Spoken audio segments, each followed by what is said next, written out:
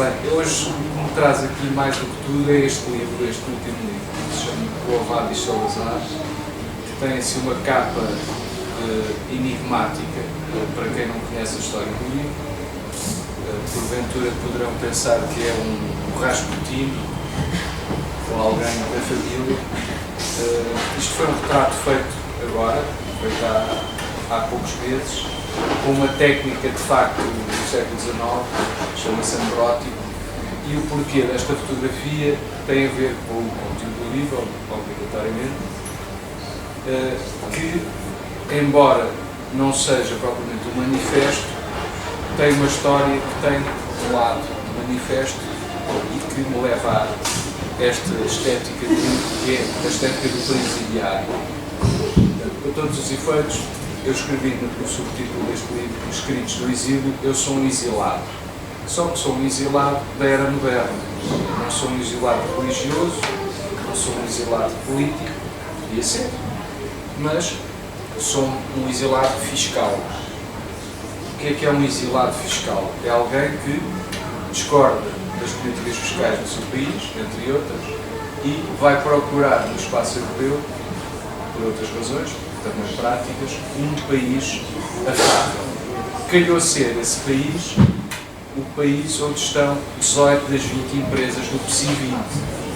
Ora, isto gera bastantes equívocos. Se o Salazar já gerava equívocos, imaginem o que é ir para um país, que é a Holanda, onde estão instalados escritórios de 18 das 20 maiores empresas portuguesas. O que significa que se lava lá dinheiro.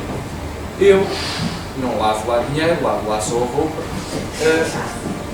Não sou uma empresa, não tenho uma empresa, não quero ter uma empresa, então decidi ir para lá e levar a família e instalar num país que me dava aquilo que se calhar em Portugal se dá aos chineses, aos angolanos e aos russos e a quem queira um visto ou seja, há uma provocação obviamente nesta mudança deste lugar de residência fiscal. Isto que eu continuo a residir em Portugal periodicamente, porque é o meu país, é o país que eu amo, é a língua que eu trabalho, é onde tenho os meus amigos, da família, etc. Mas não significa que não haja descontentamento e que esse descontentamento não tenha razão literária. E, mais do que isso, uma razão literária que vai ao encontro até de um legado da nossa história da literatura, infelizmente. Houve muitas histórias de escritores que saíram de Portugal porque discordavam com as políticas do seu tempo.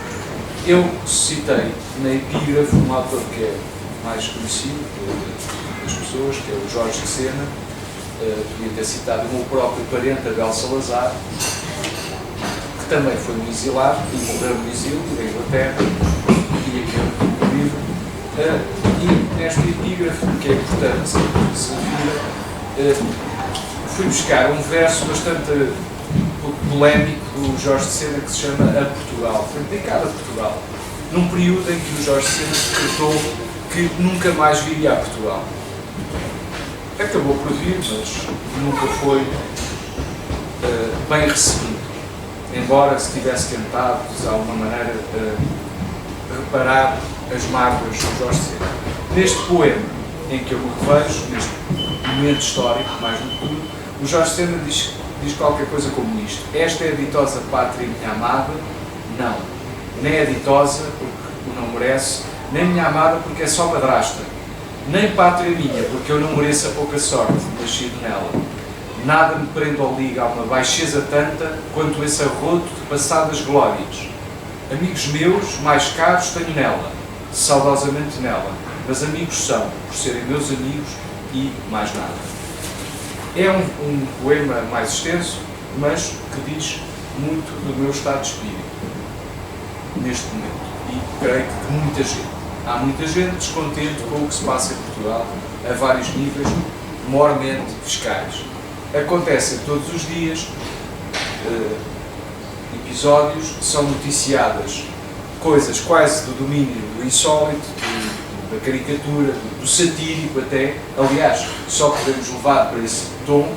Eu próprio fiz neste livro, como é, aliás, já costume noutros livros, desta forma, neste livro mais ácida e mais satírica do que é costume, episódios de penhora, de confisco, de penhora de salários, penhora de viaturas, até de pastéis, de nata, bacalhau, etc. Não sei se já penhoraram alguma coisa aqui. Espero que não. Ora, isto pode ser levado, literariamente, para o domínio, por exemplo, do grotesco. Podia ter feito uma novela grotesca, como fiz antes desta, uma outra, que era o prenúncio do que estava a sair neste livro. Se chama O Contador de Histórias. Neste livro, não fui pela via da ficção, optei pela realidade. Há quem tenha dito já que isto é uma autobiografia prematura, porque parte deste livro é uma revisitação da minha infância.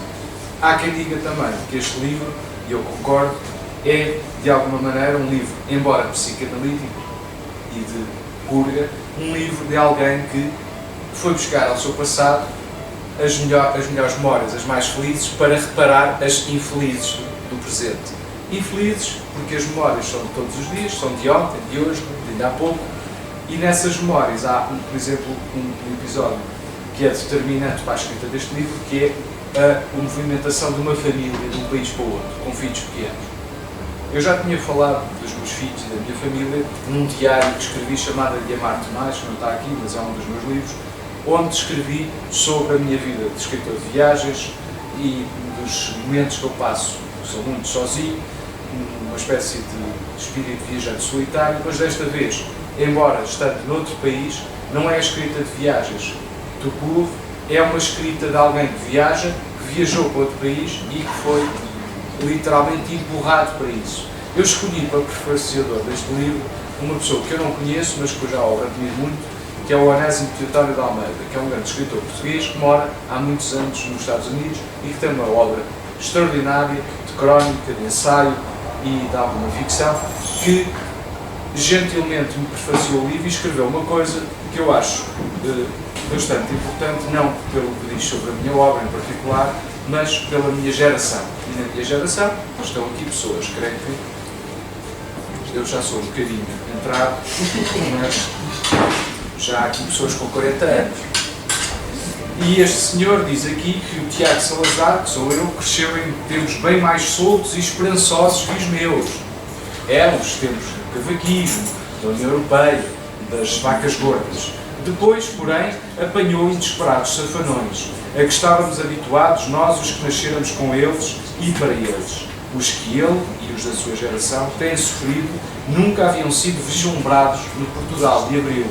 Daí que o desmoronar da profissão ao tempo profética do jornalismo, de onde eu venho, bem como o convite do primeiro-ministro, Sr. Passos Coelho, aos jovens para aliviarem a pressão atmosférica do desemprego, tenham impelido um viajeiro nato como ele a uma viagem de ficar com 3 filhos às costas e uma gramática de holandês nas mãos.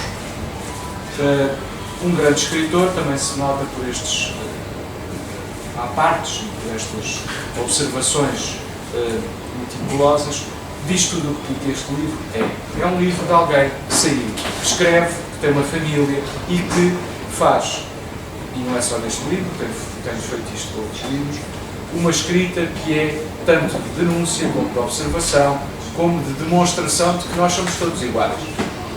O que nós fazemos na vida distingue-nos. A nossa massa é igual. Todos temos sentimentos, todos gostamos de ser acarinhados, reconhecidos, estimados. Quando não somos, reagimos. Seja por uma razão mais emocional, seja por uma razão, e é uma redundância que eu vou dizer, mas racional. Irracionalmente eu sinto, e emocionalmente, magoado com um país que me maltratou em vários sentidos.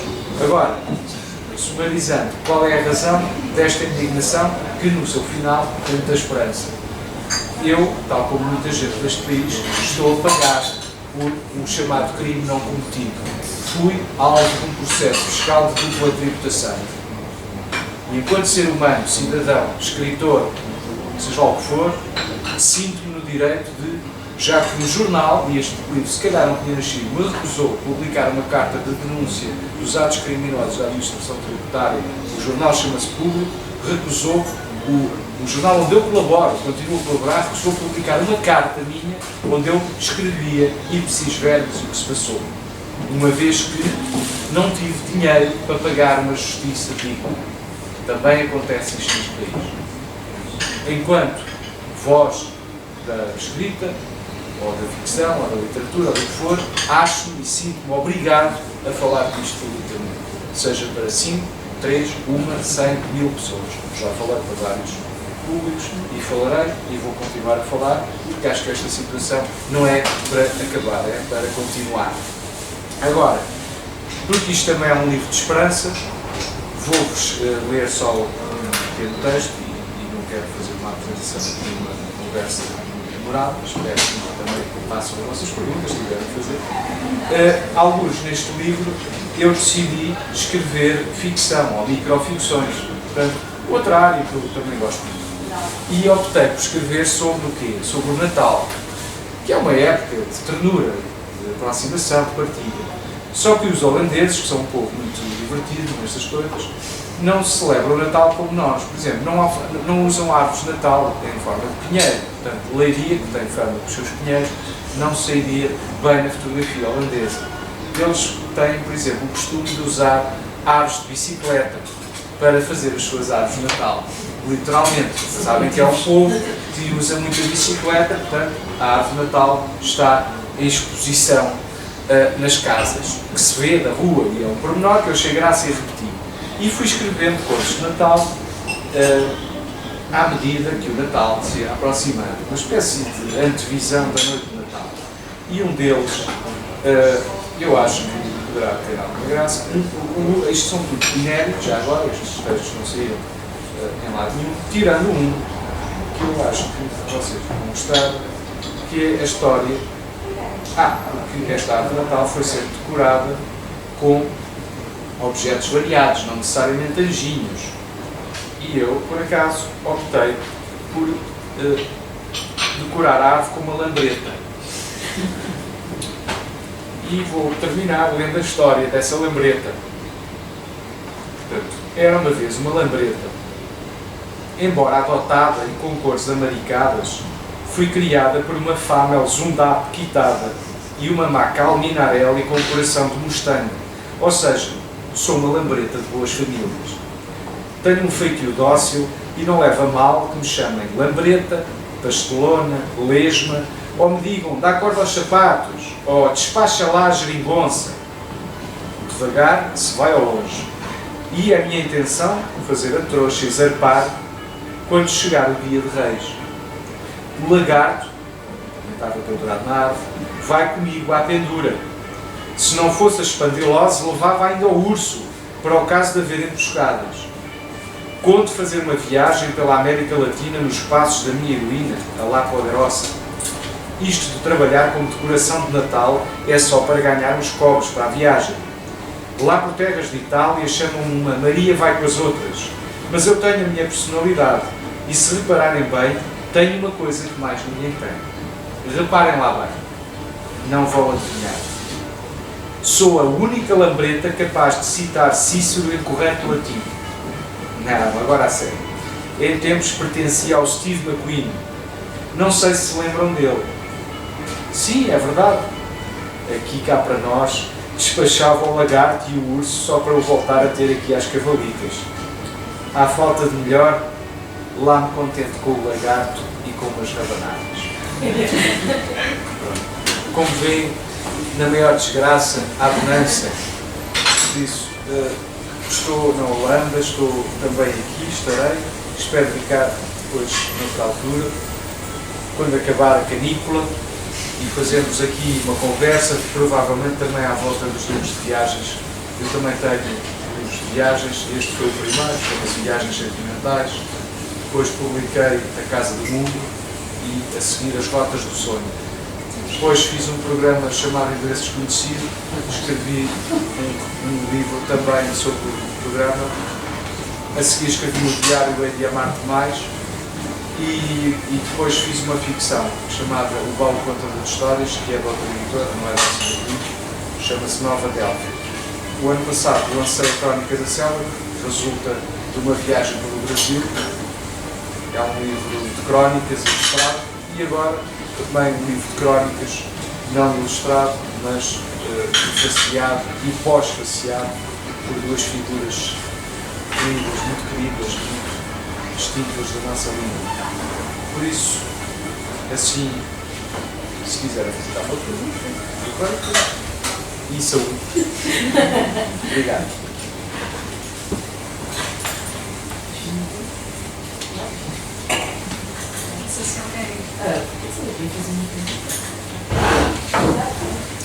Pergunta qualquer.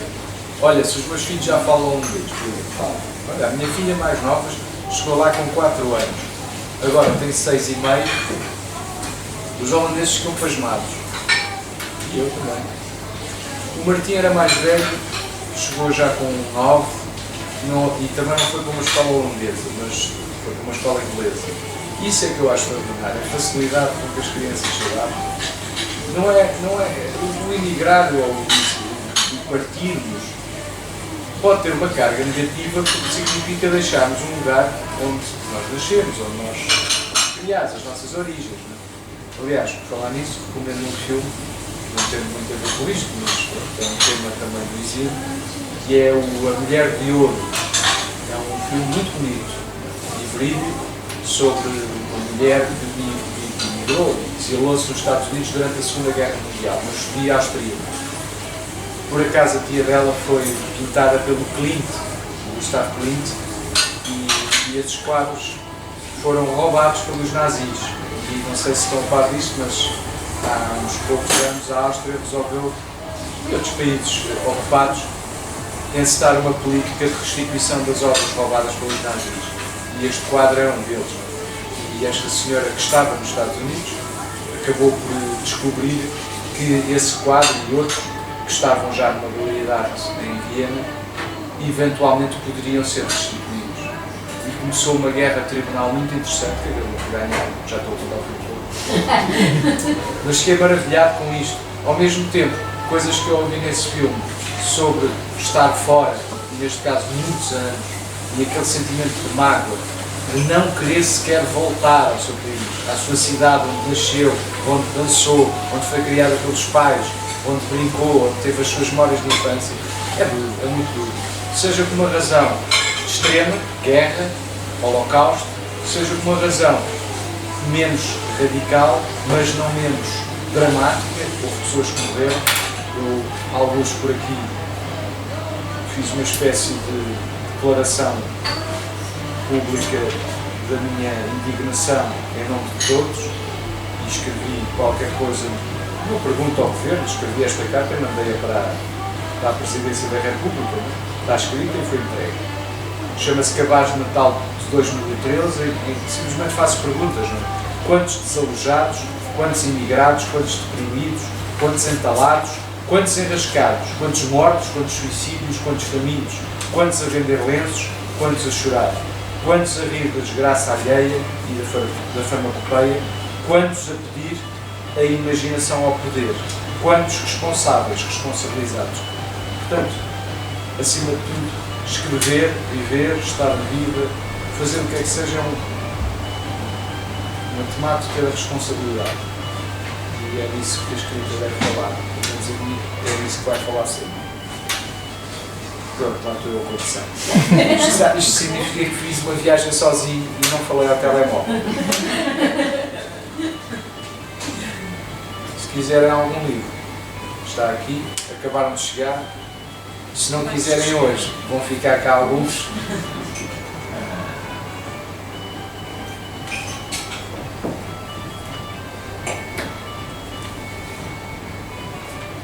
Quo-Vadis Salazar. Já agora perguntaram-me porquê o Quo-Vadis e alguém perguntou se este Quo-Vadis Salazar não era o Quo-Vadis de Portugal, o leitor. E eu disse que tinha toda a razão. Onde é que Portugal vai? Onde é que Portugal vai parar? Um país extraordinário, um país raro, um país lindo, um país afado, um país de gente boa. E sistematicamente mal governado. Ingovernável. Não conseguimos acertar na palavra coletivo. Conseguimos acertar nessa palavra em pequena escala. Foi isso que escolheste Amsterdão para... Escolhi Amsterdão por várias razões. Central, a Europa está no centro, é um país onde a Cristina trabalha muito, é um país que tem várias características de liberalismo que não são negociáveis. Por mais que haja fenómenos novos, são sempre residuais. O maior problema que houve até à data foi com a comunidade do Suriname e turca, e mesmo assim não tem expressão. Tal como nós, não é? Tal como nós, somos um país muito... O nosso problema neste momento chama-se administração tributária. E eles pensam que são a PIDE. Estão convencidos que são um organismo tutelado por uma espécie de auto-autoridade, não é? E que podem fazer o que quiserem. E é muito grave porque nós dependemos do dinheiro para viver. Se não dependêssemos do dinheiro para viver e fôssemos empurrados com uma economia paralela com esta situação, não é?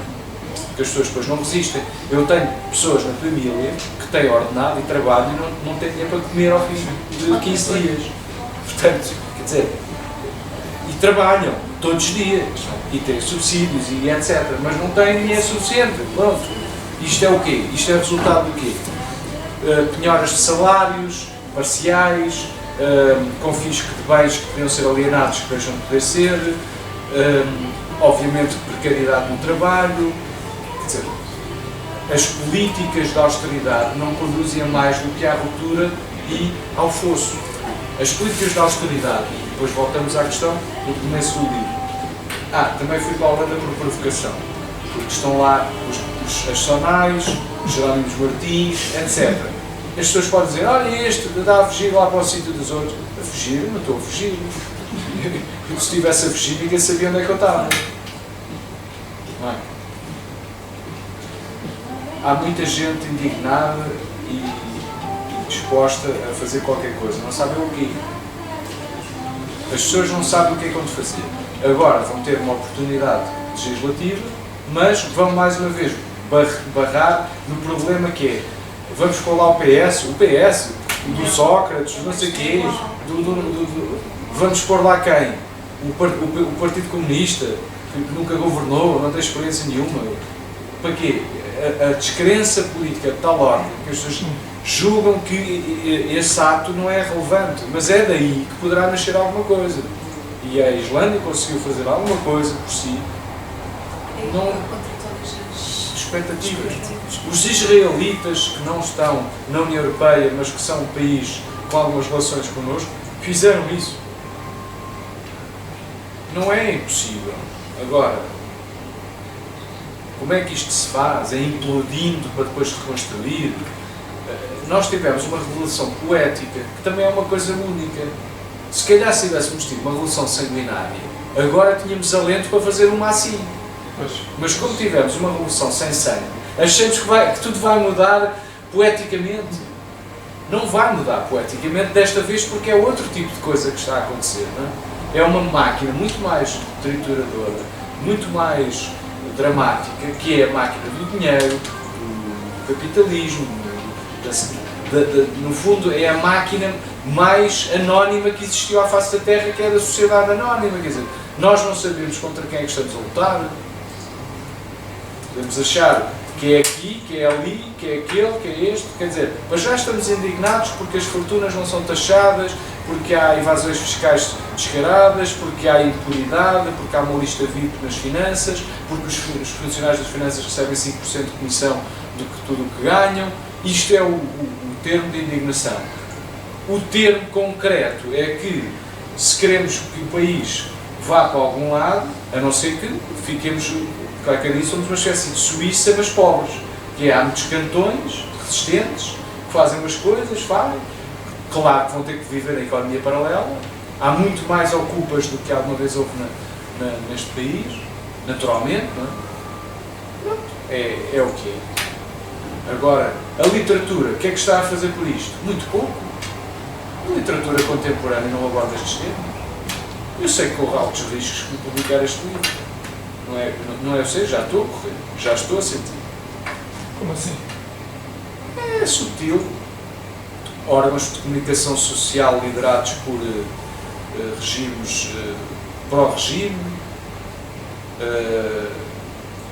menos trabalho em certas áreas, mais trabalho noutras, felizmente. muito mais trabalho académico de investigação e orientado para estas temáticas, muito menos trabalho de imprensa. Porquê? Porque a imprensa está ocupada por órgãos a quem não interessa divulgar certas coisas. Eu sou jornalista desde 1991, nunca estive desempregado do jornalismo. Voluntariamente saí do jornalismo e tornei-me freelancer para fazer outras coisas. Neste momento, se eu chegar a um jornal, incluindo o Público, onde eu disse que me recusaram pela primeira vez em 20 anos a publicação de uma carta onde eu dizia: isto aconteceu com esta pessoa, vocês já fizeram capas, e eles não publicaram a carta, nem sequer responderam. Portanto, isto é o que se está a passar neste país. Depois, outras coisas, a questão de editar com editores mais pequenos também se explica porque eu aqui edito literatura de viagens benigna, aqui edito literatura com algum combate, alguma temática que não interessa a esta editora. Não significa que eu não vá editar um romance com eles, por outras razões, porque tem lá uma editora que eu prezo muito, chamada Maria Rosário Pedreira, que em termos de criação literária e ficção é a melhor que há. Mas literatura desta, prefiro fazer com editoras como esta, que fazem um belíssimo trabalho.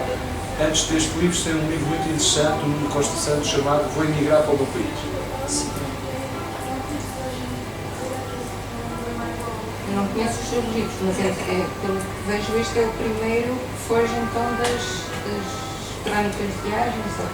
Sim, não é o primeiro das crónicas de viagens, é o primeiro em que eu falo abertamente sobre temas políticos, filosóficos, existenciais, mais políticos até, mas políticos na perspectiva do indivíduo normal, do indivíduo do plebeu, não é do ensista político, do politólogo, embora a minha formação seja essa.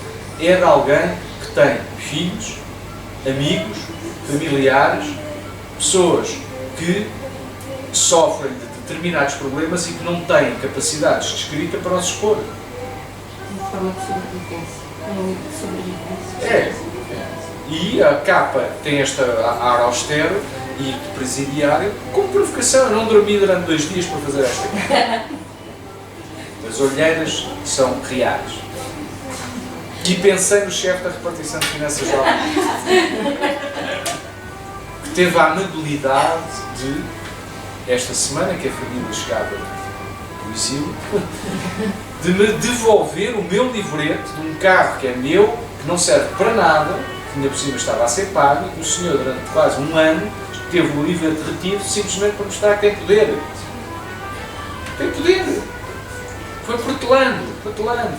Sabia que isto não estava a cometer uma legalidade, mas também sabia que eu não podia fazer nada.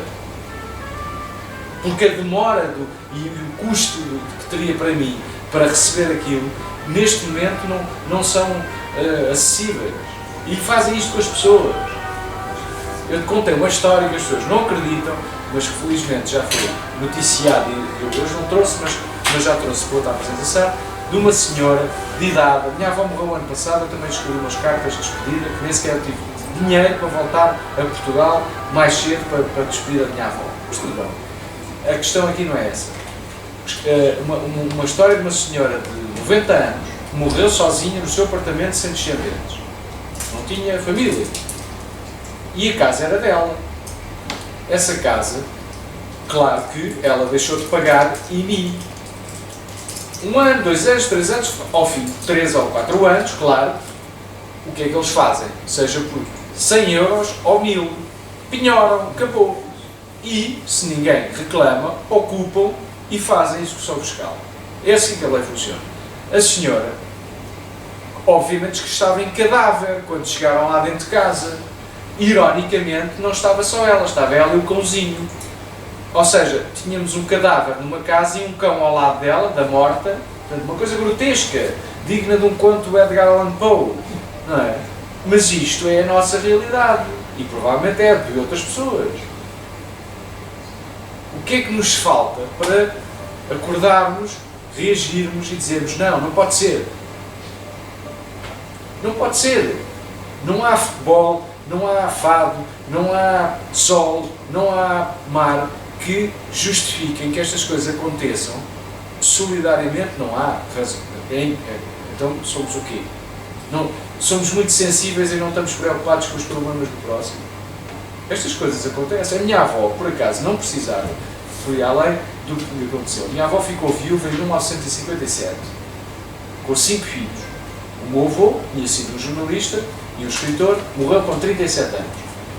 A minha avó viveu quase até aos 97.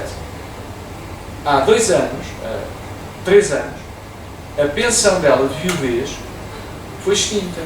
Eu não sei se sabem disto, mas o governo instaurou uma medida, uma lei, que determinadas pensões foram extintas. Extintas. Uma pensão de viuvez ridícula de 100 euros, 80 euros, que ela usava para pagar os medicamentos do meu tio, que é deficiente mental e que não trabalha. A questão não é os 80 euros, porque ela tinha sido funcionária pública e professora e tinha uma reforma que chegava para ela sobreviver.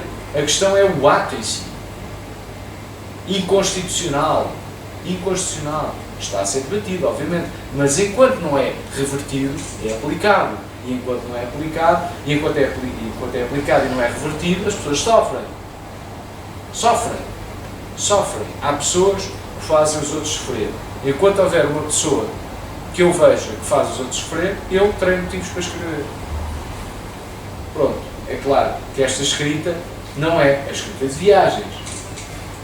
Solar, dos mapas cor-de-rosa, do tipo que está aqui com 32 anos, com uma cara simpática, do bronzeado, sei lá, nos Caribes. Pronto. Agora, se calhar a escrita que tem que ser agora é esta. Não significa que não aprecio muito fazer esta escrita e tenha tido um prazer enorme em fazer esta escrita. Em momentos melhores. Não em tempos sombrios. Mas a vida é assim. É uma carambola. Bem, obrigado. Boas leituras, bom jantar. O endereço desconhecido volta, não? O endereço desconhecido com esse nome não volta, mas vai haver outro programa de viagens para o ano. Para o ano talvez não consiga para o ano, porque não vou ter que fazer. Eu vou fazer a volta ao mundo do Ferreira de Castro. Vou fazer uma volta ao mundo, não é uma volta ao mundo, é muitos países, é quase um planisfério. Mas é interessante porque foi feito em 1939 e ele viajava quando começou a Segunda Guerra. É interessante. É um roteiro interessante. Para lá. Sim.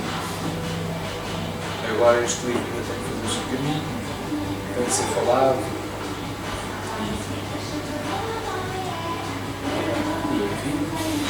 E os livros devem ser os espelhos da vida. Pode tirar a fotografia. Claro, então. Tira. Até pode tirar ao meu lado. Vai lá. Queres que tires?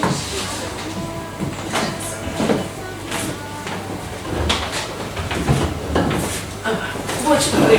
Também sou pequenina.